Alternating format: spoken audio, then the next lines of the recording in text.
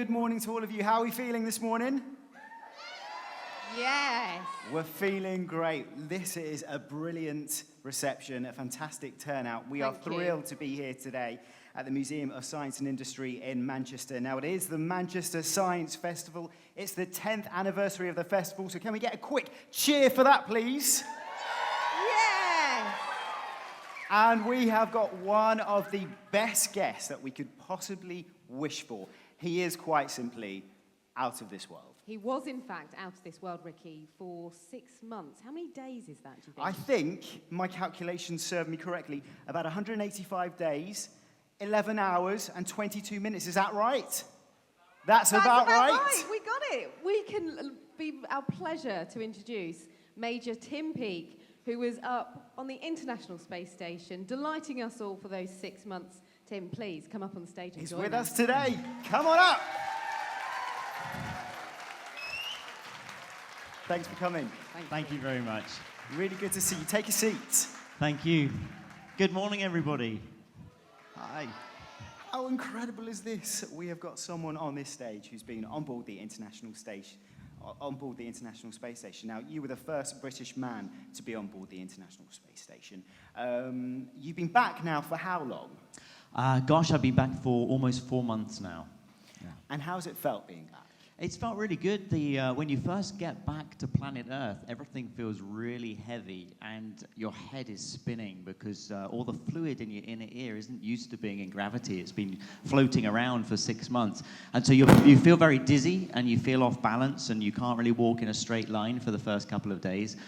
You bounce off the walls occasionally when you're walking down the corridors, but that only takes about 3 or 4 days to go. And then you feel fine, and I feel absolutely fine now. But the flight surgeons tell me it'll take about a year for my bone density to fully recover. Wow. But other than that, I feel perfectly normal. Well, we are so thankful that you're back here to talk to us, and we know that you have a video of your time, and just to give everyone here an insight, we know that they were following you the whole time, but an insight, a reminder of what your 6 months was like. Yeah, sure. Let's see if we can get this to work here.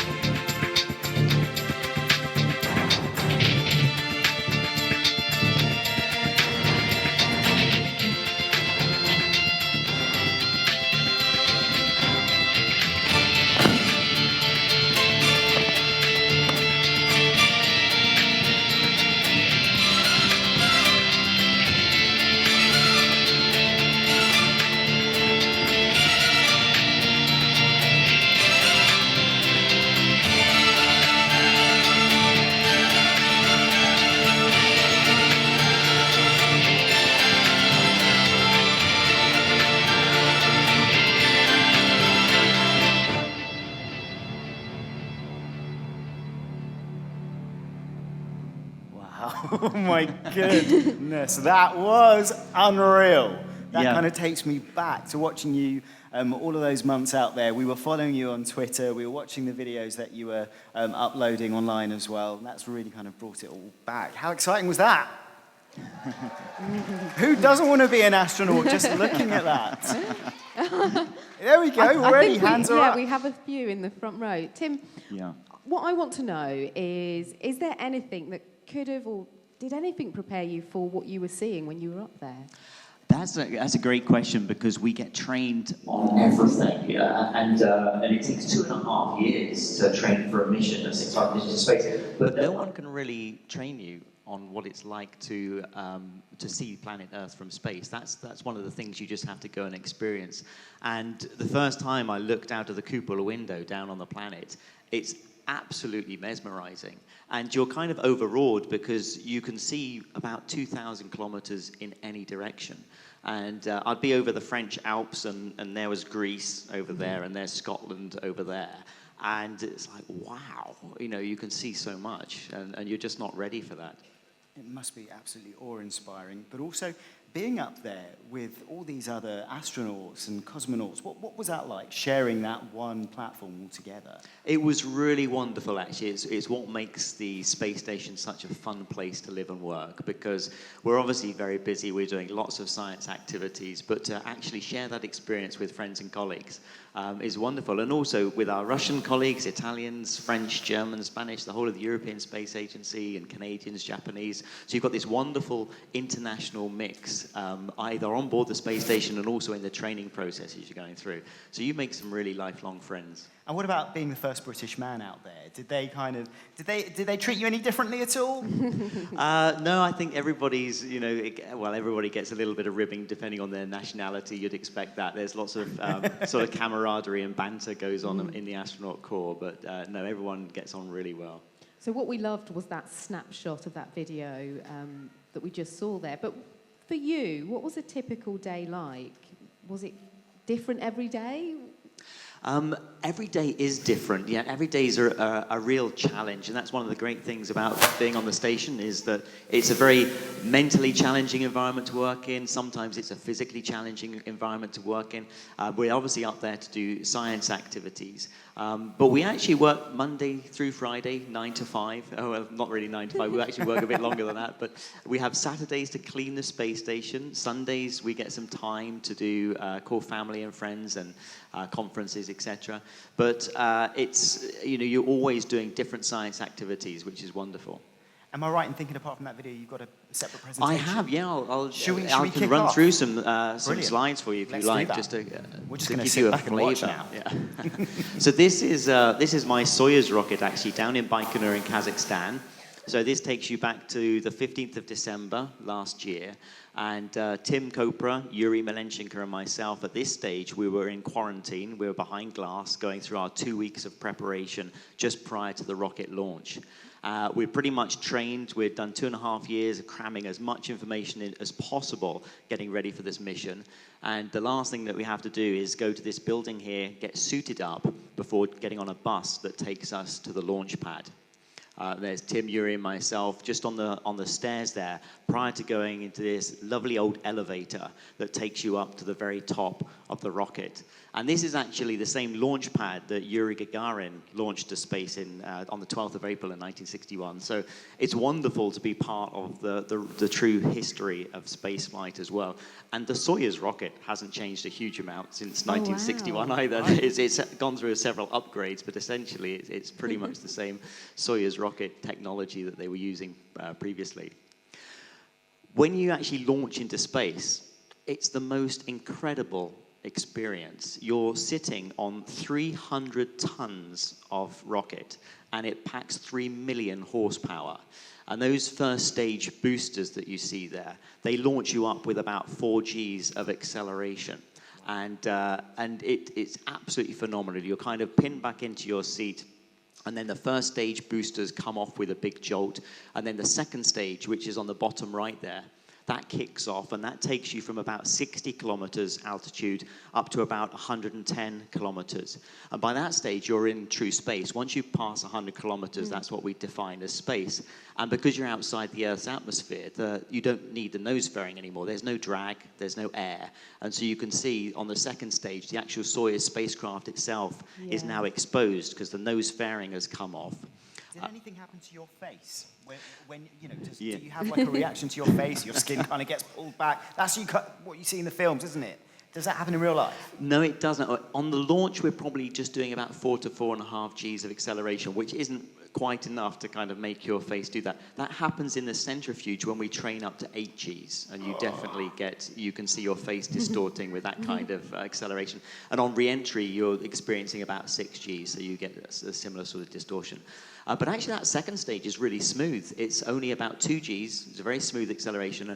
During the launch, if anybody watched it, you might have seen me at one stage give a thumbs up during the launch, and that was during this second stage here.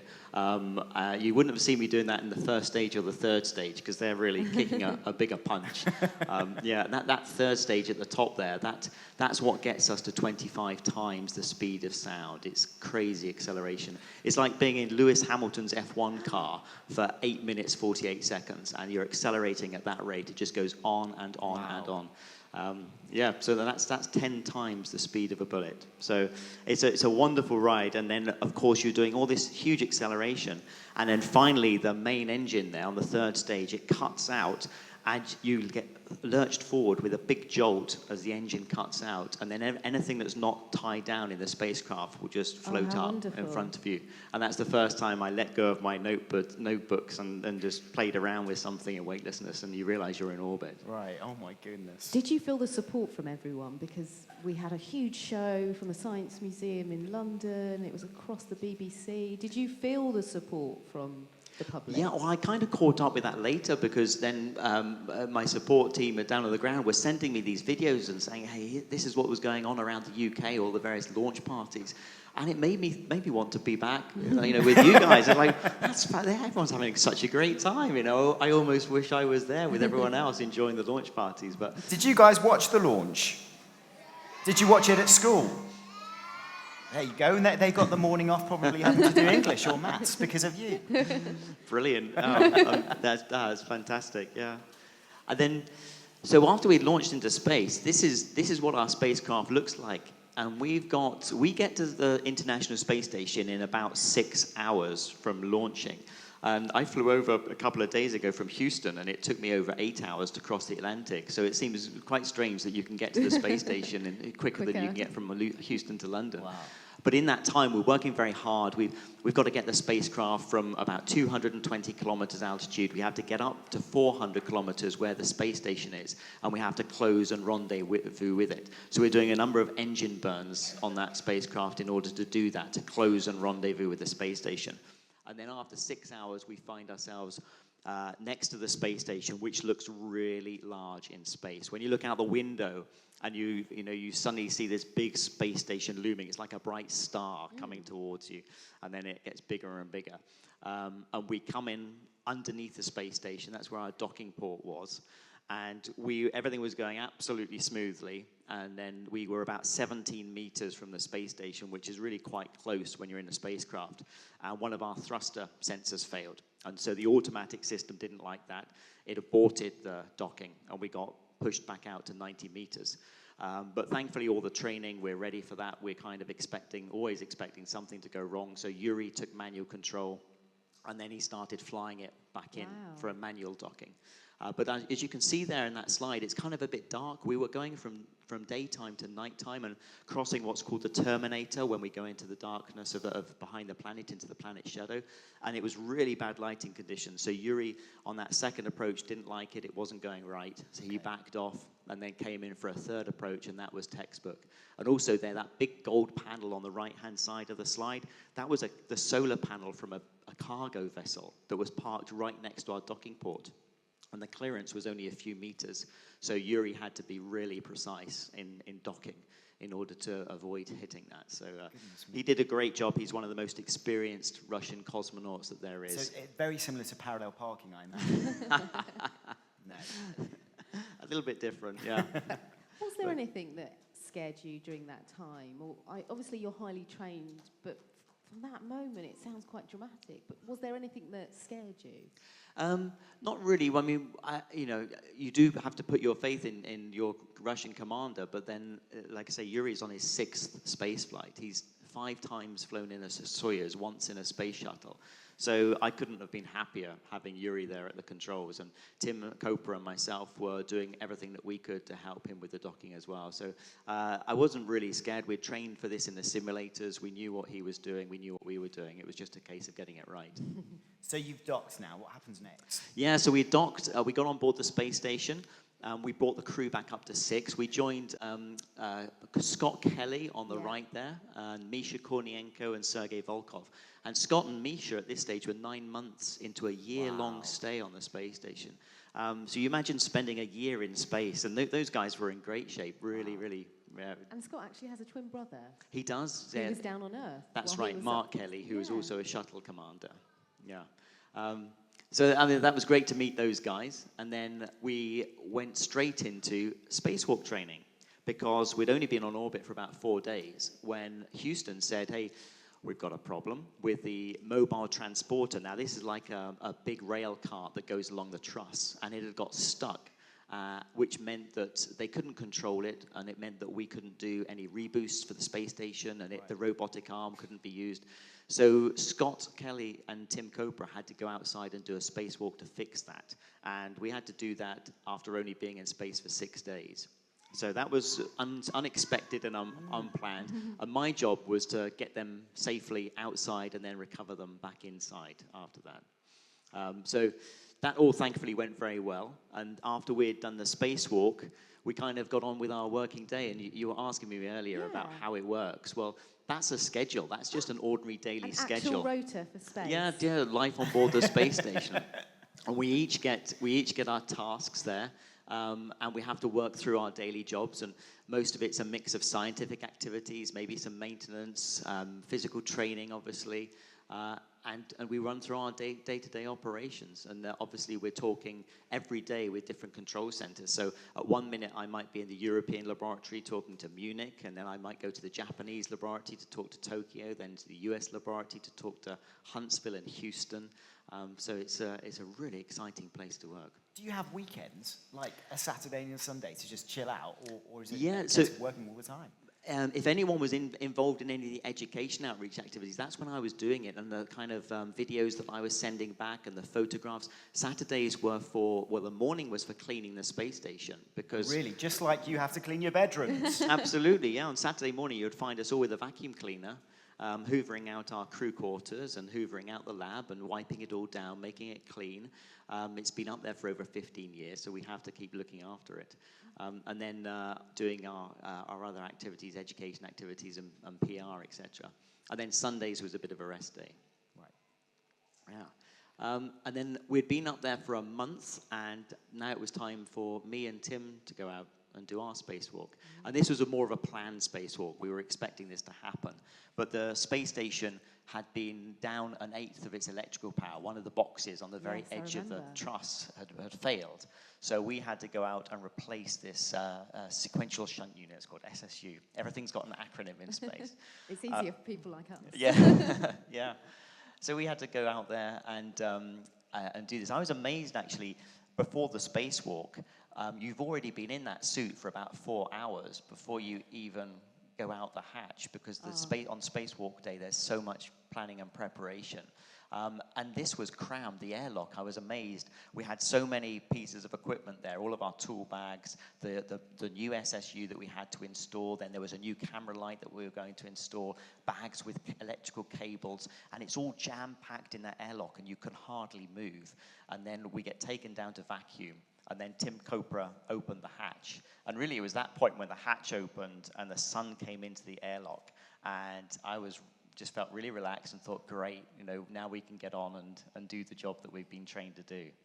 What did it feel like? This was probably the most amazing moment for me in space, and this is coming out of the airlock, and it was like dropping into the abyss, because at this stage we'd just gone onto the dark side of the planet, and it was getting very dark, and I just remember looking down and thinking, wow, it's black out there, and lowering myself down outside of the airlock. But it was amazing how quickly you kind of adjust to that environment. Right.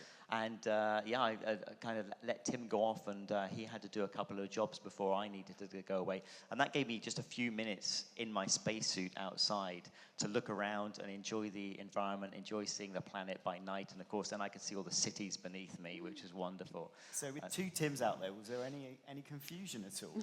No, that's funny, because everybody in Houston, they were always saying, well, what are we going to call you? You're Tim and Tim, you're going to get confused. But it never happened. I think the English accent helped a lot with that as well.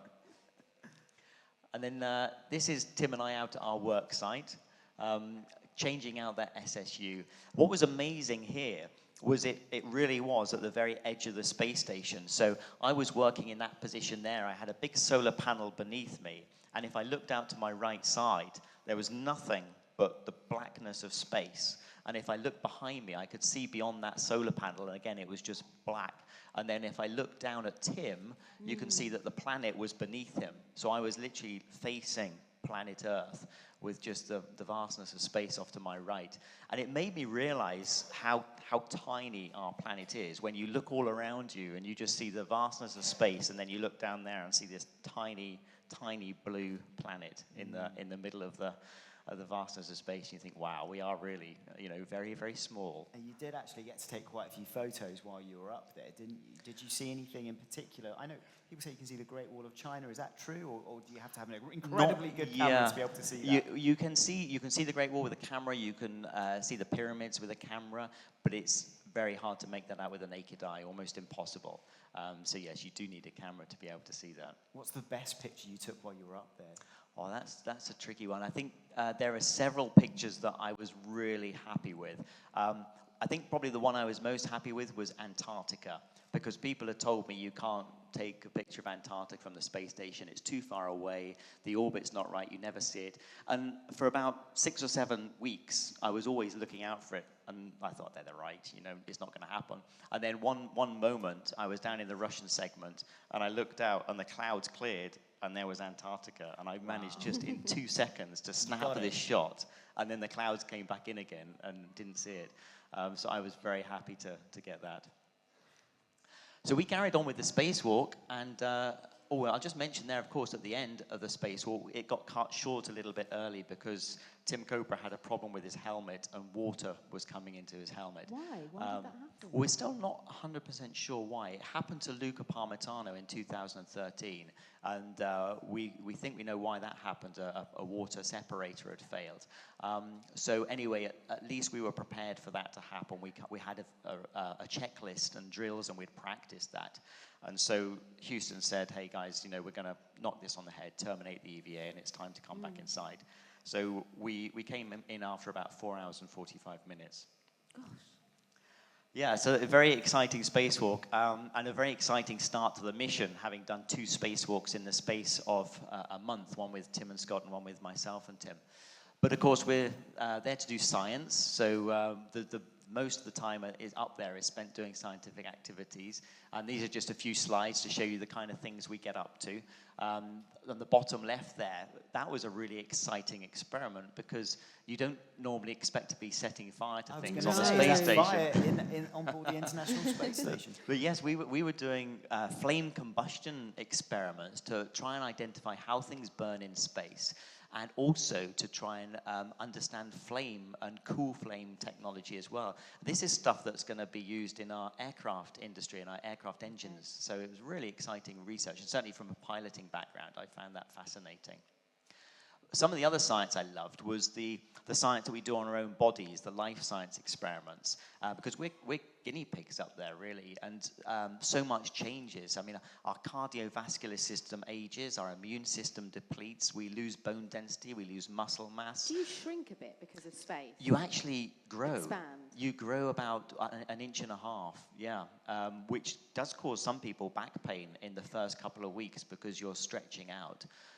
And then, of course, you lose that. And I wish I'd kept it. I was about to say I'd quite like to live in space and be a bit taller. It'd be great.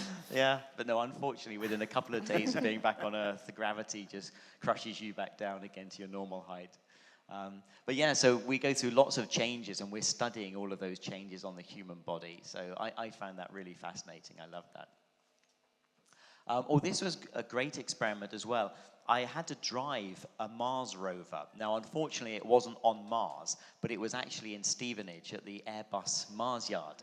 And, it was in Stevenage. And there was this rover in their Mars yard, which I'd been to visit before. And they said, okay, Tim, we've got a number of challenges. You have to drive this rover into a cave, and we've got a number of things you need to find in the cave using the cameras and the lights. And I was doing that for about 2.5 hours whilst I orbited planet Earth, driving a rover down on planet Earth, which was great. And we were testing this new communication path, which we will be using for astronauts to control rovers on Mars. So that was great to be involved in that research, and good fun to be driving a robotic vehicle on Earth. Amazing. And quite timely at the moment, because Barack Obama a few days ago says one of his missions is to get humans to go to Mars. having been up on the International Space Station, is that something that will happen? It will. In the last few years. Absolutely, and that's why I'm really excited for you young guys in the front of the audience, because I'm too old to go to Mars. If I'm lucky, I might get a mission to the moon, or my colleagues will get a mission to the moon in the late 2020s, and we'll go back there and we'll set up a permanently habitation module, permanent habitation module on the moon, which would be great. But really, it's not going to be until the 2030s and into the 2040s that we'll see the Mars missions going on. So you guys are a perfect age for the missions Anyone to fancy Mars. going to Mars? Oh, wow. Yeah, okay, all right. We'll take down your names and numbers and we'll sort it out at the end. Come see me afterwards, and and we'll have a chat. So, lots of projects. Talk us through some of the other experiments. Yeah, lots of experiments. I put this slide in just for a bit of fun, because if you've ever looked behind your television and seen what it's like with the cables, we'll spare a thought for us on the space station. That's what the space station looks like when we've got all the cables out. Wow. And on this particular day, Tim and I had to go and rewire a whole number of different components on board the space station. And it was a pretty tricky day, trying to keep track of all those cables and where they go. But of course, the station is constantly evolving. It is over 15 years old, but we're constantly putting cutting-edge technology, new pieces of equipment up there, constantly upgrading the space station. And this is kind of what we have to do from time to time, is just give it a makeover. And everybody likes to see what the space station loo looks like. Of course. So I couldn't come and talk to you without showing you the space station loo. And as well as being the cleaners on board and the electricians and the IT experts to repair the computer, we're also the plumber. So if anything goes wrong with the loo, it's up to us to fix it. You can't go on the internet and order someone else to come out and help you out, can you? Yeah, so we do spend time fixing the space station loo as well. One of the other great jobs that we do, as well as spacewalking, is using the robotic arm. And the robotic arm captures all of our visiting vehicles. And this is us training to do that. And some of those shots there, you see me on the bottom left, is one of our training things in the US lab. So I'm actually practicing how to capture one of these visiting vehicles that come up. And then the other shots show inside the cupola, which is where we do all this operation. And this is the vehicle I had to capture. It's called a Dragon spacecraft. And it comes up with all of our cargo. It comes up loaded up with our food and our clothing and our science experiments, about 3.5 tons. But it just parks itself underneath the space station, and it just hangs around there. And our job is to go in with a robotic arm and capture it. You see there's a little grey circle thing on the top there. I have to capture that with a robotic arm and then dock it to the space station. And that's another cargo vehicle called the Cygnus, and there you can see the armors grab that one.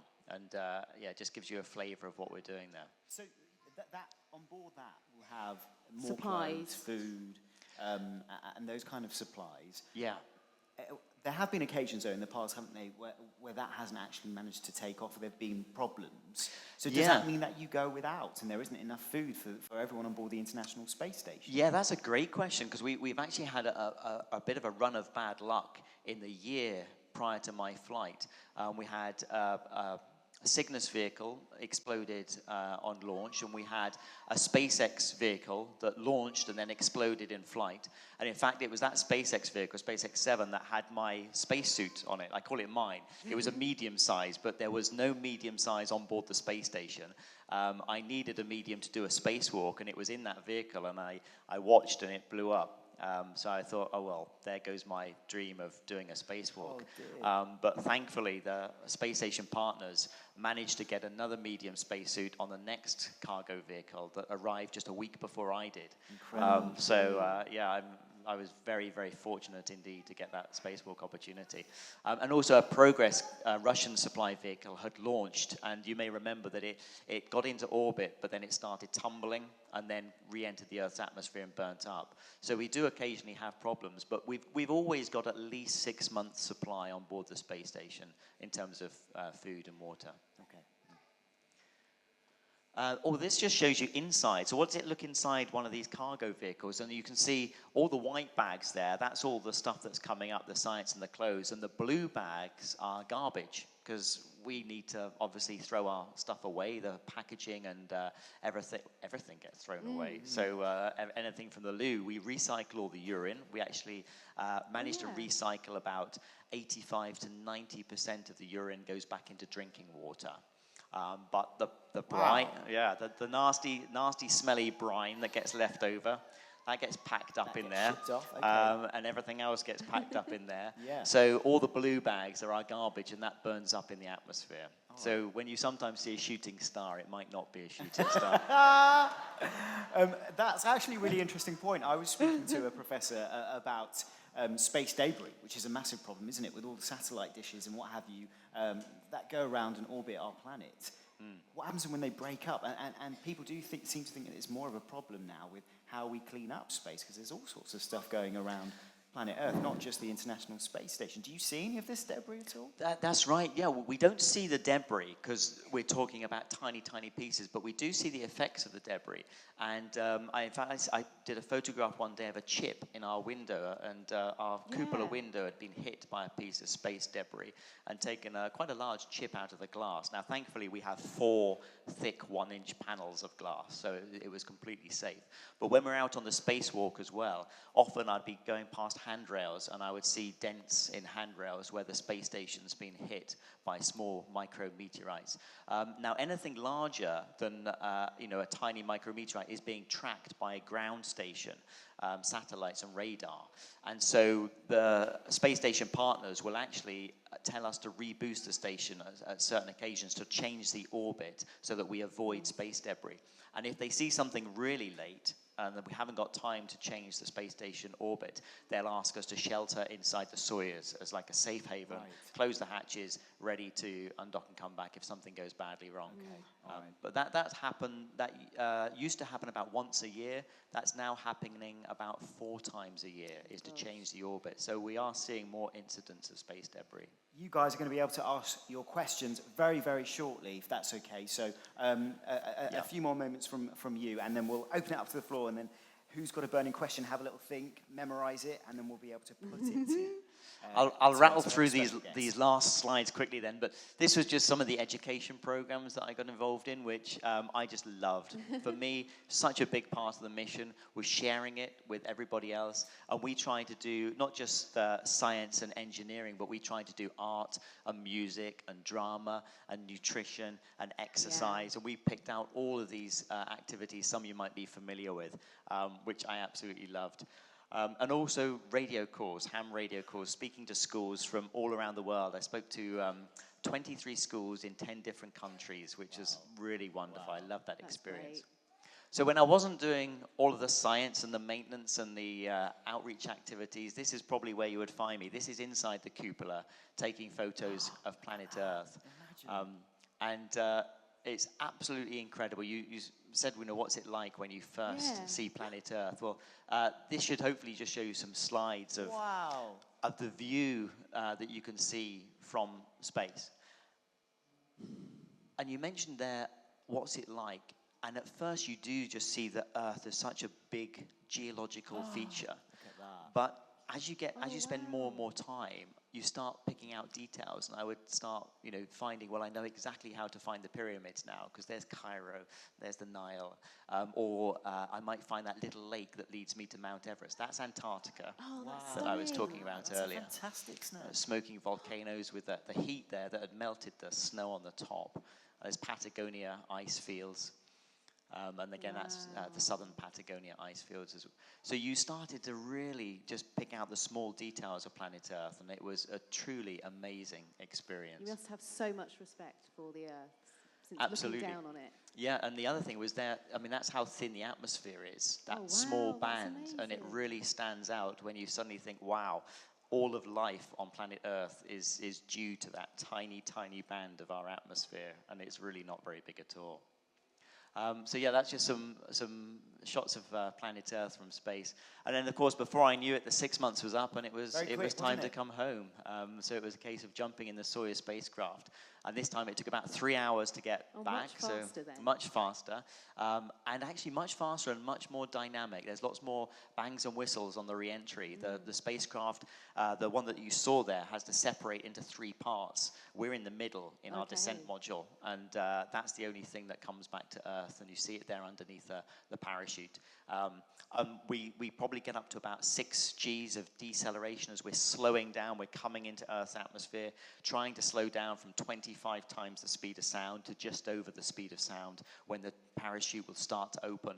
And then that parachute is very violent because it opens and then the capsule is really vibrating and spinning around underneath this parachute before the main that's the braking chute before the main parachute opens.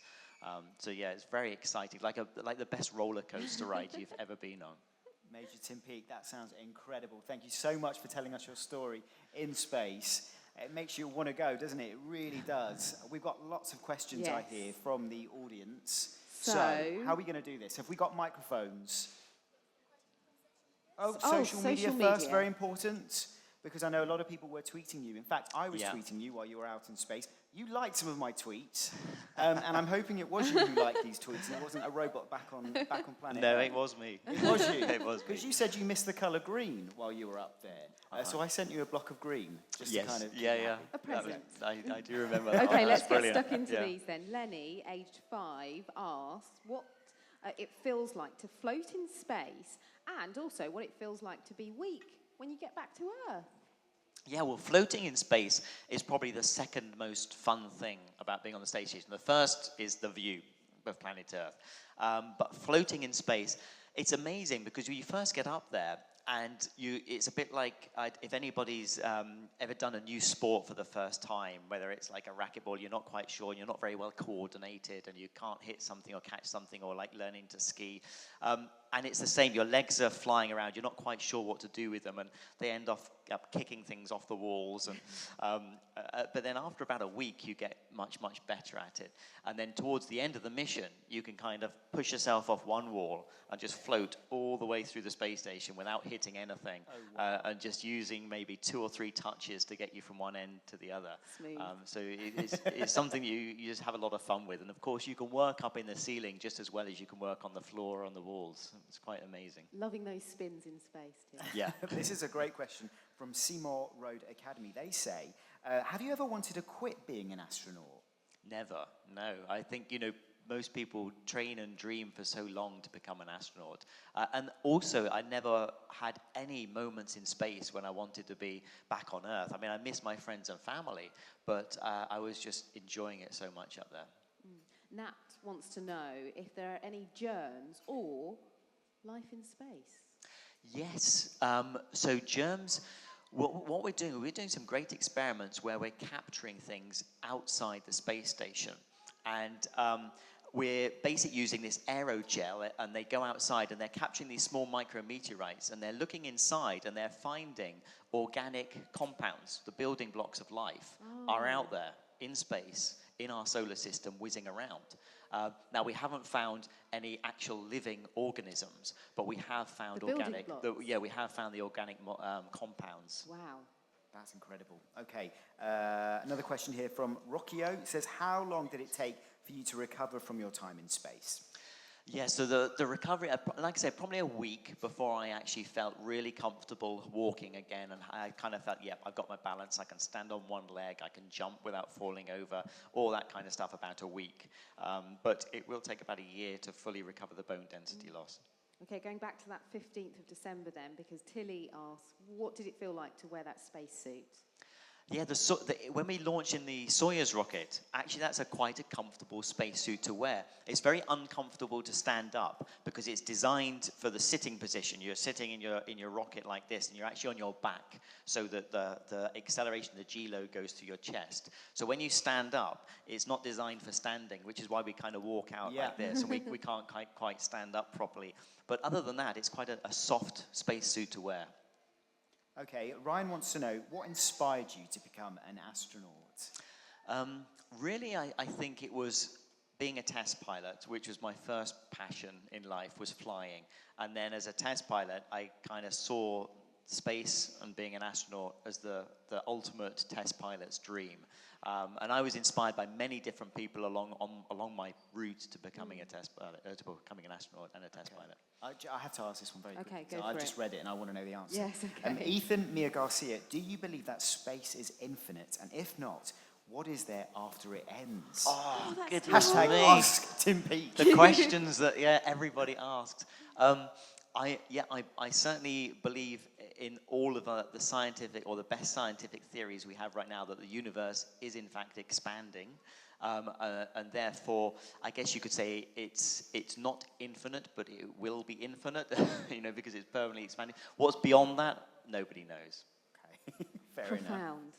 Profound. Any more? Do you want to? I think we've also got Samuel who wants to know. Samuel, okay. How you felt when the countdown to the launch began. Yeah, that must have been amazing. Yeah, that's a great question because we have quite a bit of time built into the schedule. When we first go up that elevator and we climb into the Soyuz rocket and you're sat on top, and one of the things we have to do is check our spacesuits are pressure tight, airtight. So we do our leak check, but quite often the suits will fail that and we have to perhaps refasten something and do it again. So they build in time to the schedule for that. But in our case, everything went perfectly well. So we ended up with about 45 minutes to an hour of kind of, okay, we're ready, and you're just sat on top of a rocket waiting to go. And that's where the Russian controllers will play some music up into the nice. capsule. What So was the we all first get track? to choose a bit of You music. picked one. What did you pick? Yeah, well, I picked Queen, Don't Stop Me Now, Amazing. Coldplay, A Sky Full of Stars, and U2, Beautiful Day. So I had those three tracks. Ask your mums and dads, guys. Played in there, yeah. Good tunes. I'll pick one more from social media, and then we'll open it up to these guys here. Because Shami wants to know how long it took you to train to be an astronaut.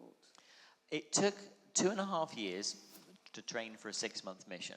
But I always say that actually you're training to be an astronaut all your life, because in order to be an astronaut, you're using the skills that you've picked up throughout your entire career. And that's what the space agencies are looking for when they pick astronauts, is they're looking for people who've got these skills, and then they just take them and develop them so that you can actually fly a spacecraft and operate a space station. Okay. Amazing. Should we do this then? I know, 'Cause they're I know eager. everyone's itching to ask a question. I think what we're going to do, I think a microphone's going to come over to you. But first of all, put your hand up. And when you ask your question, introduce yourself. Say what your name is and how old you are. So we get an idea as to who's asking the question first. So put your hand up if you want to ask a question. Should we start with this chap here with the stripy top? Yeah, you. Hang on a minute. Just wait for the microphone to come to you so we can hear you nice and clear. My name's Daniel. I'm 11, and do you get any TV reception in space? Hi, Daniel. That is a great question. And do you know what? Yes, we do. It comes via satellites that are way above us, geostationary satellites. And we get one channel, one TV channel that is sent up. So normally we have the news, that's our TV channel. But I was very lucky when the Six Nations rugby was on.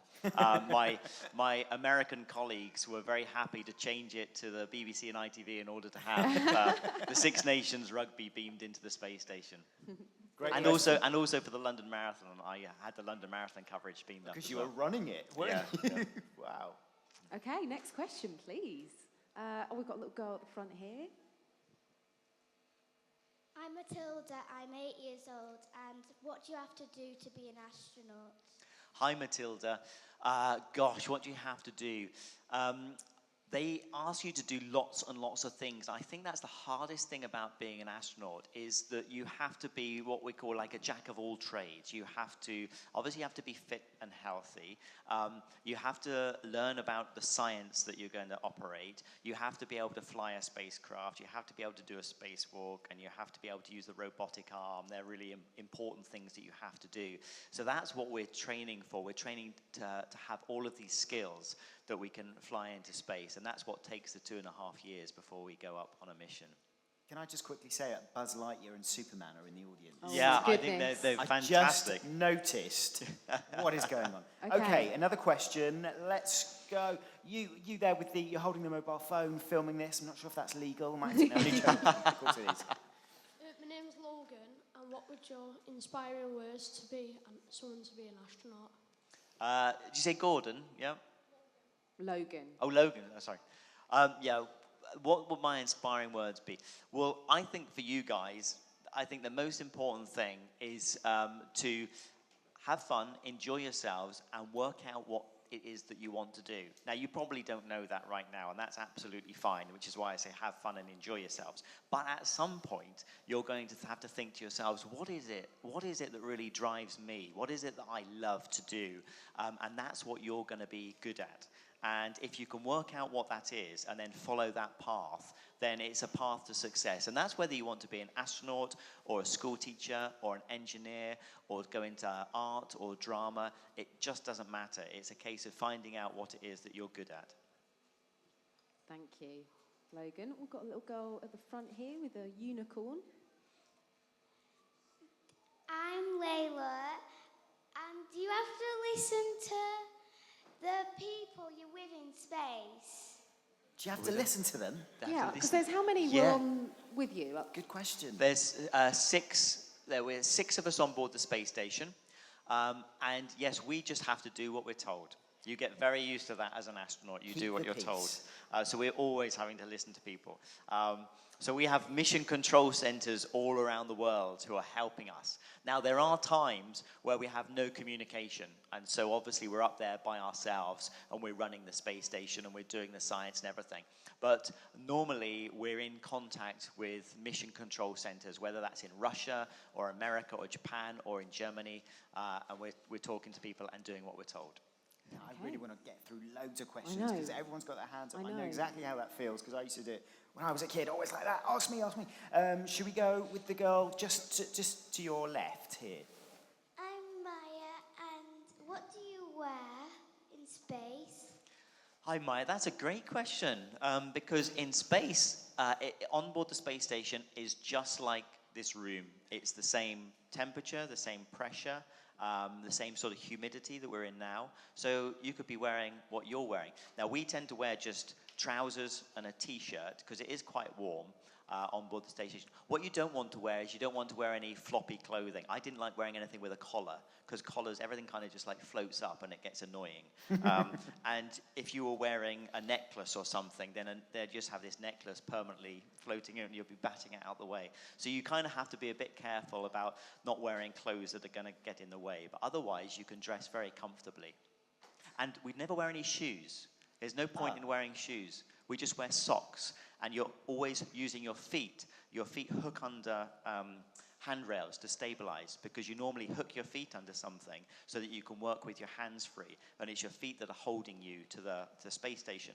So the soles of our feet get really like baby smooth because we don't ever walk on anything. And so you come back with really nice soles of the feet. But the tops of your feet are horrible. They're all hard and scaly because you've constantly been rubbing under handrails for 6 months. I bet it's weird to wear shoes again when you come back down to earth. Yeah, you do. Yeah. Okay, we have a girl just behind you in a white top. My name's Rebecca, 6 years old. What planets could you see apart from Earth? Hi, Rebecca. Good question. Jupiter was always the brightest planet that I saw, but I used to love watching Venus. I love watching Venus, rising here on Earth, and it was great to see that in space as well. We could see Mars, we could see Mercury and Saturn, but that's about all we could see with the naked eye. This little boy here at the front, let's see if we can get a microphone to him. What's your name? Lenny. Say that again. Lenny. Lenny, what's your Hi, question? Lenny. What does it feel like when you sleep upwards? To sleep upwards. To sleep upwards, yeah. It takes a while to get used to because when you go to bed at night, you put your head on a pillow and close your eyes. And it's that kind of laying down and having your head resting on a pillow that tells your body it's time to go to sleep. Well, we spend all day floating around, and then you zip yourself into a sleeping bag and you're still floating, and it's very hard to kind of tell the body, okay, it's time to sleep now. It takes a while to get used to. But once you get used to it, it's very relaxing because you have no pressure points at all. There's no tossing and turning. You just zip yourself up, float there and sleep. The best night's sleep you had was It in is a good space, night. I think. Okay, what about over here? The mic's just coming. And then definitely you, because Yes. you are getting higher and higher and Yes. higher as the minutes go by. But the girl at the front here. I'm Bethany and I'm AG. And did you do any art up there? Hi, Bethany. We didn't do any art. We don't tend to use any, or we try and use as little in terms of paper and pens as possible, because of course it's very heavy and so it's expensive to get into space. So we don't really have the ability to do any artwork up there. More's the pity. Taking pictures is kind of an art, though, isn't Yeah, it, to a absolutely, degree? yes, yeah. I guess you can call it earth art, yes, Yeah. definitely, yeah. And we have the little boy that was Yeah, just... I like your T-shirt. Yes. Blue dot.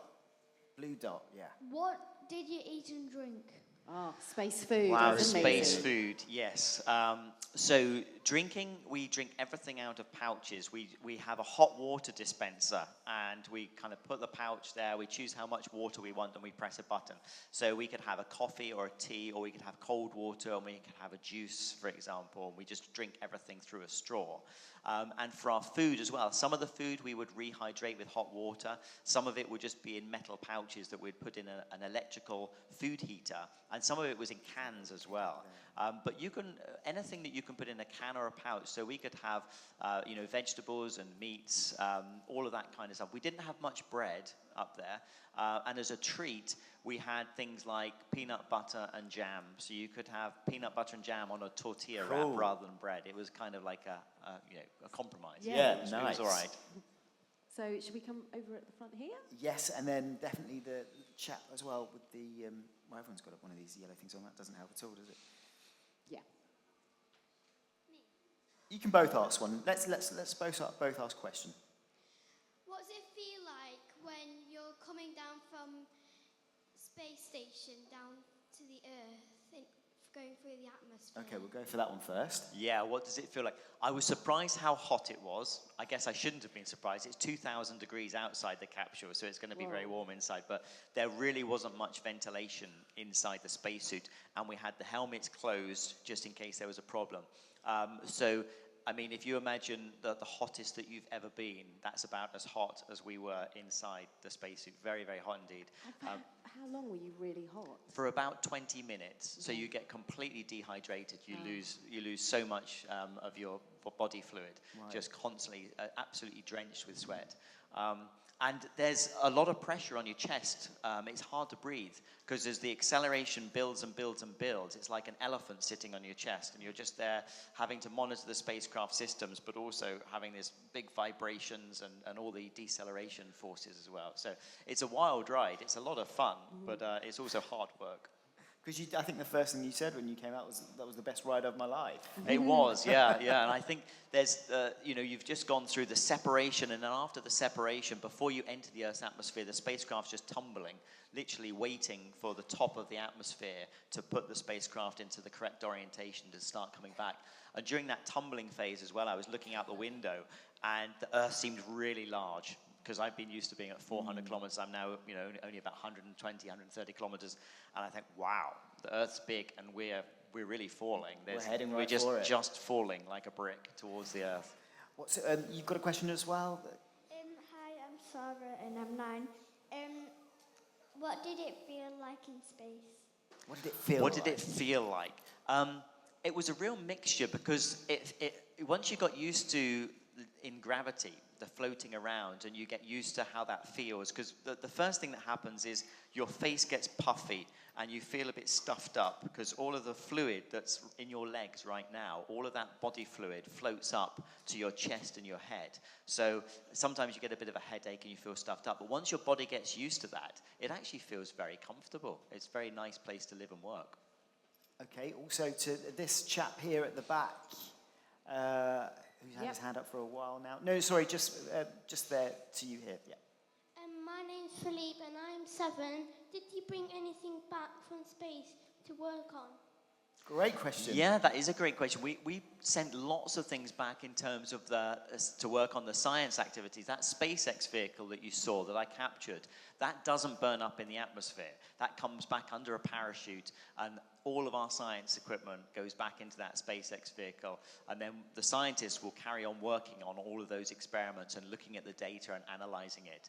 So loads of that stuff comes back. I was able to bring just a few little personal things back with me, mostly for friends and family. Mm-hmm.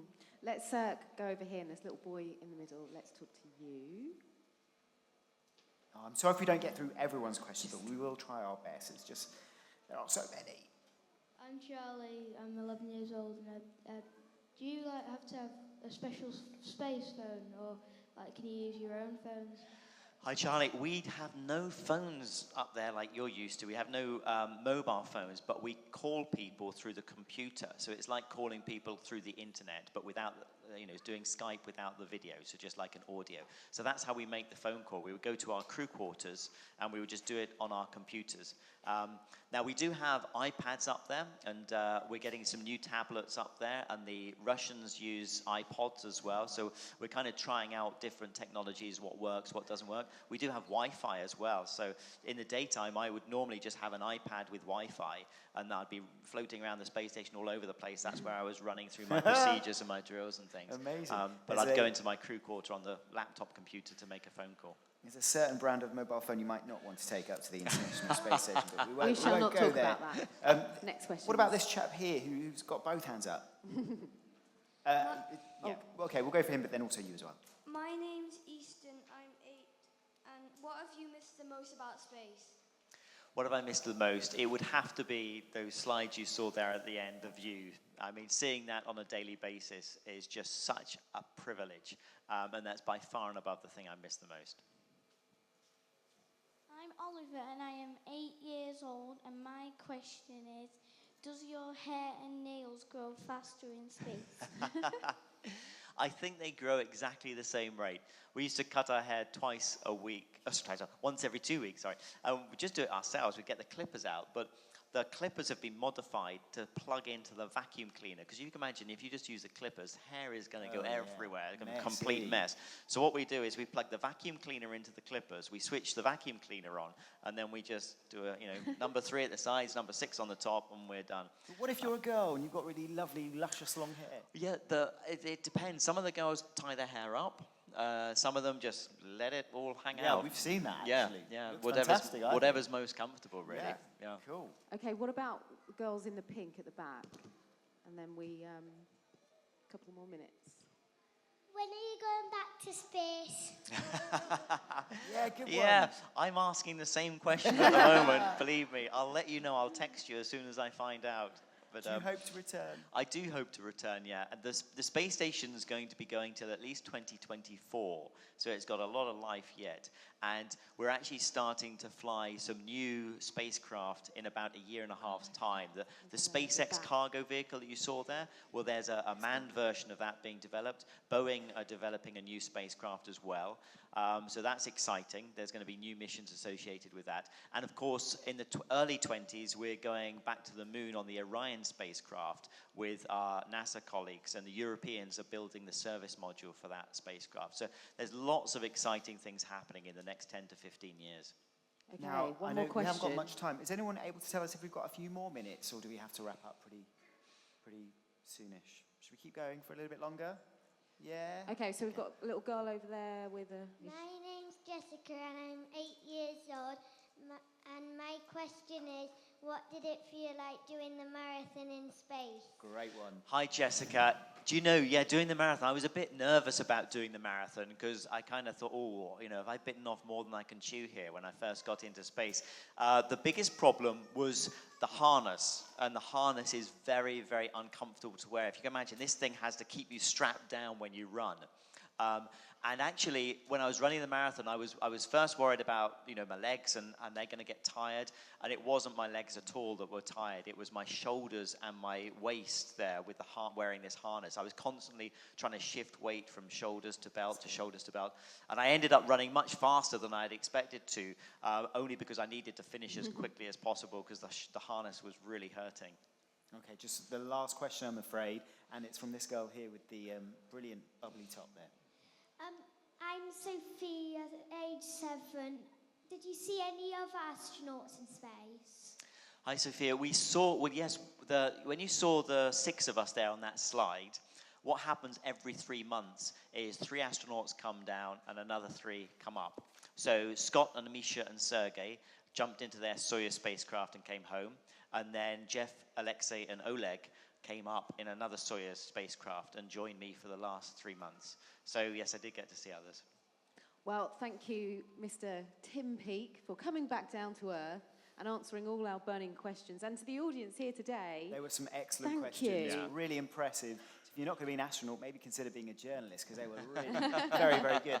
I know there's going to be some photos of you taken with the crowd, so you'll all have an opportunity, hopefully, to appear in a picture. But I've got to take a selfie with you and these guys behind me first. Absolutely. Let's do it, If we all guys. get into position, please. And I want everyone behind us to really give Cheer. a big cheer. Let me see how do I do this. Come on then. Right, Okay. let's see if we can. Let's see. In the background, guys. Okay, so 3, 2, 2, 1. 1. Yay! Fantastic. And a big round of applause for Brilliant Major stuff. Tim Peake. Thank you very much. Thank you so much, sir. Thanks very Thank much. you, Tim. Thank you. Thank you very much. And I've really enjoyed talking to you today. It's been great to be here. Thank you very much indeed. And like you said, brilliant questions. Thank you. Thank you. Thank you very much. Great Thanks. stuff. Okay. Okay, bye-bye.